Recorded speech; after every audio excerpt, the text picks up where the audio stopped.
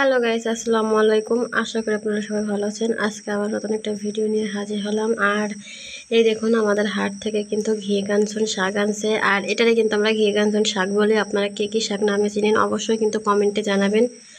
আর এই দেখুন, শাকগুলো কিন্তু একদম জালি জালি। আর এই শাক কিন্তু আমি ভাজি করব। তো এখন কিন্তু আমি শাকগুলো ভালো করে বেছে ছোট ছোট করে ভেঙে নিব। বন্ধুরা, তো এই দেখুন বন্ধুরা, আমাদের শাকগুলা কিন্তু বাছা হয়ে গেছে। আর এবার আমি এই শাকগুলা ভালো করে কয়েকবার ধুয়ে নিব।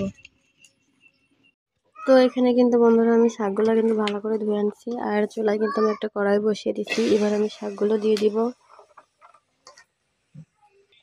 আর এখানে কিন্তু আমি কিছু কাঁচামরিচ ফালি করে নিচ্ছি। আর এবার এগুলো দিয়ে দিব। আর আমরা কিন্তু শাকে একটু ঝাল ঝালি খাই, যার জন্য একটু কাঁচামরিচের পরিমাণ বেশি দিলাম। আর এখন দিয়ে দিব আমি অল্প পরিমাণে লবণ দিব বন্ধুরা, কারণ এই শাক কিন্তু গলে একদম কমে যায়, যার জন্য আমি লবণ অল্প দিলাম।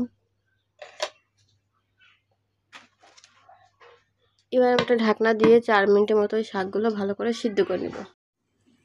ফিরে এলাম 4 মিনিট পর। আর আমি কিন্তু ঢাকনা উঠিয়ে নিয়েছি। আর এই দেখুন বন্ধুরা, আমাদের শাকে কিন্তু কত পানি গলছে। আর আমি কিন্তু মাঝখানে একবার একটা নাড়া দিয়েছিলাম। আর শাকে কিন্তু কোনো রকমের পানি দেয়নি বন্ধুরা। আর আমাদের শাকও কিন্তু সিদ্ধ হয়ে গেছে। আর আপনাদের শাকে যদি পানি না গলে তাহলে কিন্তু আপনারা পানি ব্যবহার করতে পারেন। এবার এই যে পানিটা আছে, এই পানিটা আমি কিছুটা শুকিয়ে নেব। তো এই দেখুন বন্ধুরা, আমাদের শাকের পানি কিন্তু অনেকটাই কমে গেছে। আর শাক কিন্তু একদম সিদ্ধ হয়ে গেছে। আর এর ভিতরে কিন্তু এবার এমনি কিছু পেঁয়াজ কুচি দিয়ে দেবো। আর পেঁয়াজ কুচি দিলে কিন্তু খেতে মজা লাগে, যার জন্য কিন্তু আমি একটু বেশি বেশি পেঁয়াজ দিয়ে দিলাম। আর এখানে কিন্তু এই যে অল্প অল্প পানি আছে, আমি কিন্তু আরও কিছুক্ষণ জাল দিব আর সম্পূর্ণ পানি শুকিয়ে নেব। তো ফিরে এলাম কিছুক্ষণ পর। আর এই দেখুন বন্ধুরা, আমাদের শাকে কিন্তু কোনো রকমের পানি নেই। এবার কিন্তু আমি শাক একটা বাটিতে উঠিয়ে নিব।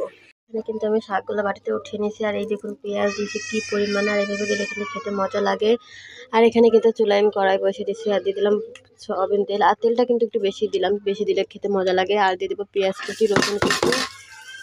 এবার এইগুলো দিয়ে কিন্তু আমি লাল লাল করে ভেজে নিব।